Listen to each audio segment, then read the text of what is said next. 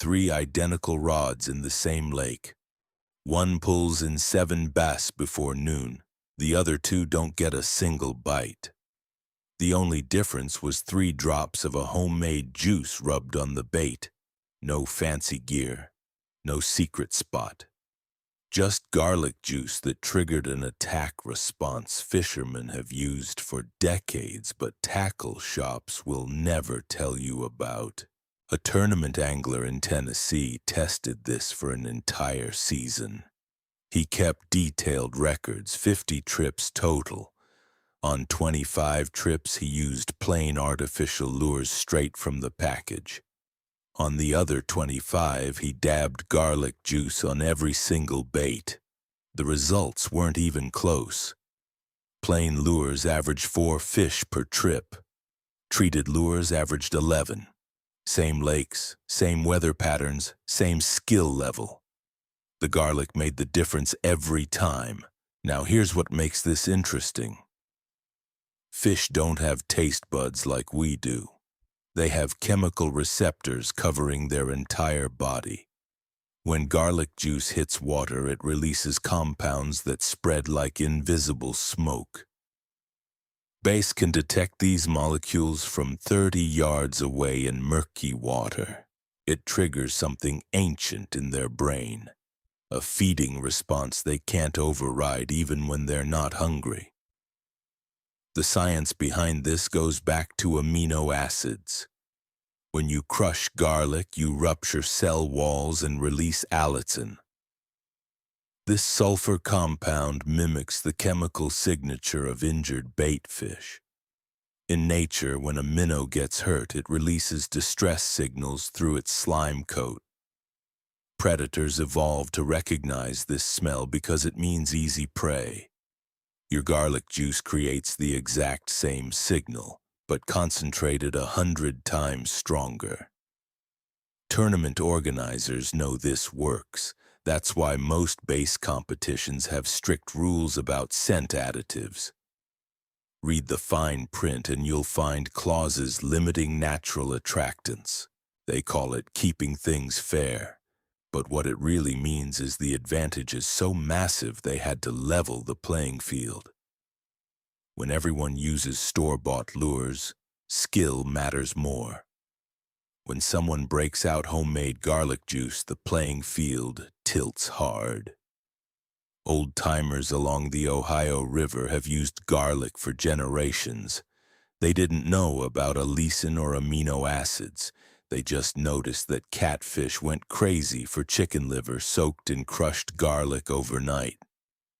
Word spread quietly among fishing families but never made it to magazines or TV shows. The tackle industry had no way to package fresh garlic juice. It spoils in days, can't sit on shelves, doesn't fit their business model. So they pushed artificial scents in plastic bottles instead, weak synthetic versions that barely work. Here's something most anglers miss completely. The potency of garlic juice peaks at 72 hours after crushing. Fresh garlic releases allicin slowly.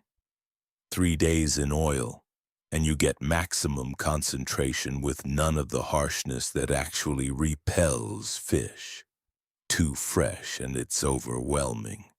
Too old and it oxidizes into compounds fish ignore.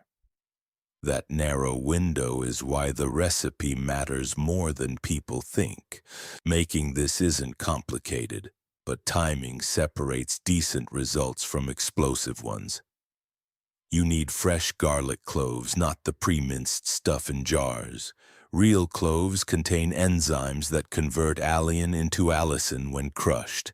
The jarred version already went through that process months ago. By the time you buy it, most active compounds are gone. Fresh cloves cost $1 at any grocery store and make enough juice for 20 trips. The oil you choose matters too, but not for the reason most people assume. Vegetable oil doesn't add attraction. It's a carrier that makes the garlic stick to your bait instead of washing off instantly. Some anglers swear by olive oil, others use canola. Tests show zero difference in catch rates. The garlic does all the work. Oil just keeps it in place long enough to create that scent trail. Now, I mentioned that tournament angler who logged 50 trips. His notebook reveals something the tackle industry definitely doesn't want you thinking about. He calculated cost per fish. Store-bought attractants ran him about $3 per base when you factor in how much you use per trip. The garlic juice came out to 11 cents per fish. Same results for a fraction of the price, but you'll never see that comparison in a fishing magazine because half their ad revenue comes from scent companies. What happens next changes how you'll prepare for every trip.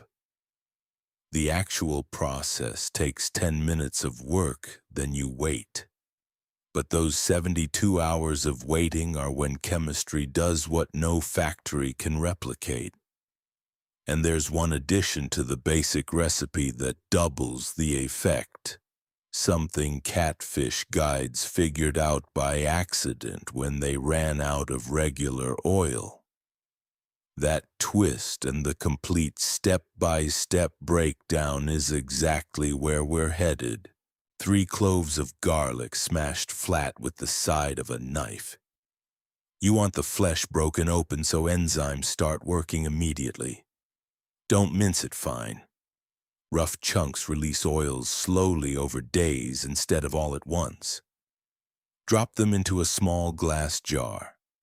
Something with a lid that seals but not airtight.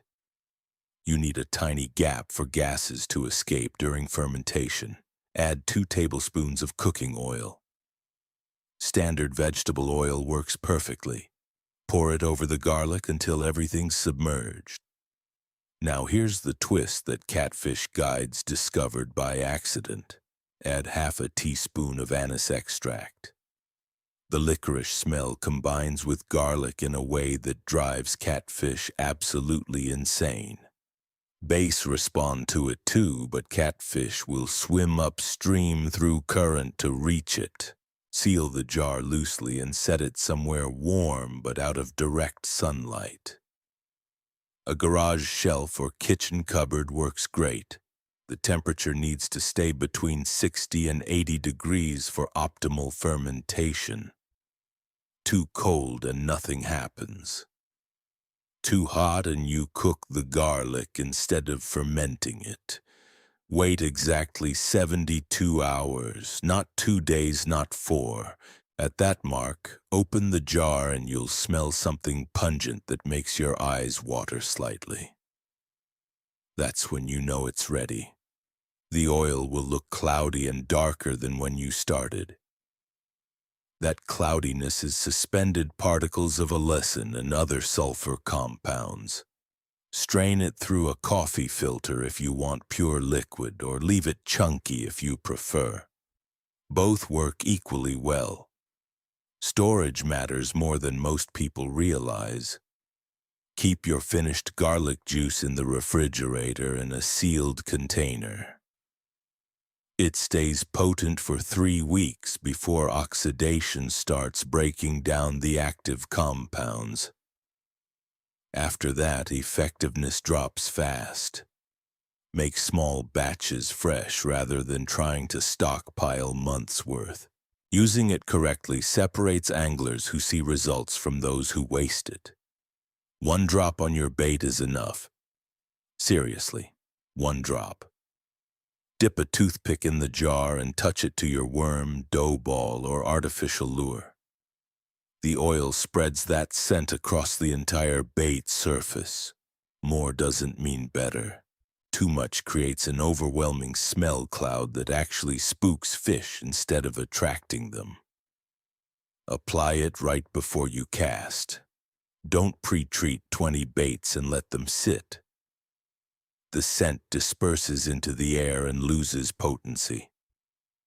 Fresh application means maximum concentration hitting the water exactly when your bait does. Reapply every 20 minutes if you're not getting bites.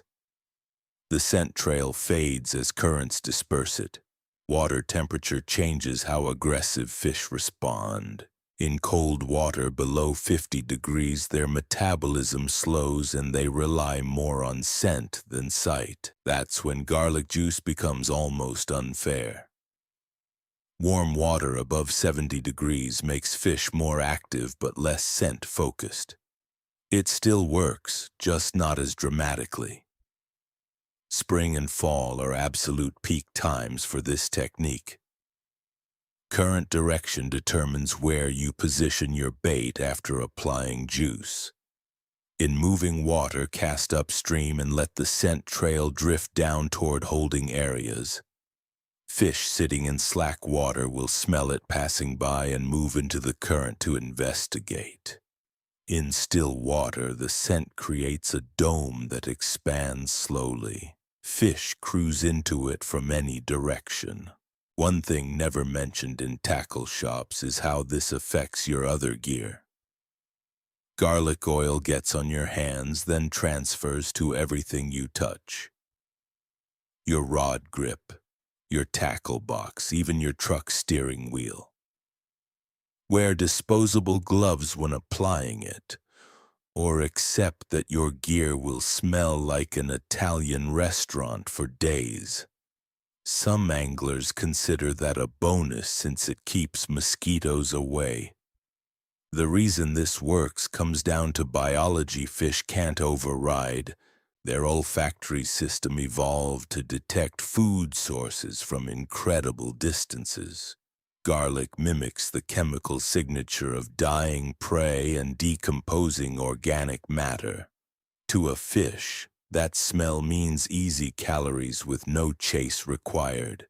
Instinct pulls them toward it before conscious thought kicks in. Tackle companies know all this. They've run the same tests and gotten the same results. But they can't bottle fresh garlic juice that lasts 6 months on a shelf, so they sell you synthetic approximations that cost 20 times more and work half as well. The gap between what works and what's profitable creates opportunity for anyone willing to spend 10 minutes making their own. That tournament angler's notebook ends with a simple line. After 50 trips and hundreds of fish, he never bought commercial attractant again. $3 in garlic and oil outperformed everything the industry pushed. The knowledge was always available, just buried under marketing and profit margins. Now you've got the same edge those old-timers passed down quietly for generations, the same advantage that gets banned from competitions because it works too well. You spent $5 at the grocery store and 10 minutes in your kitchen.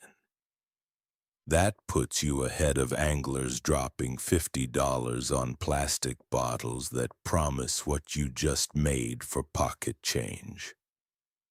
The next time you're sitting on the water watching someone struggle with expensive gear while you're loading fish into your cooler, you'll understand exactly why the industry never wanted this getting out. Knowledge this simple doesn't need packaging or marketing.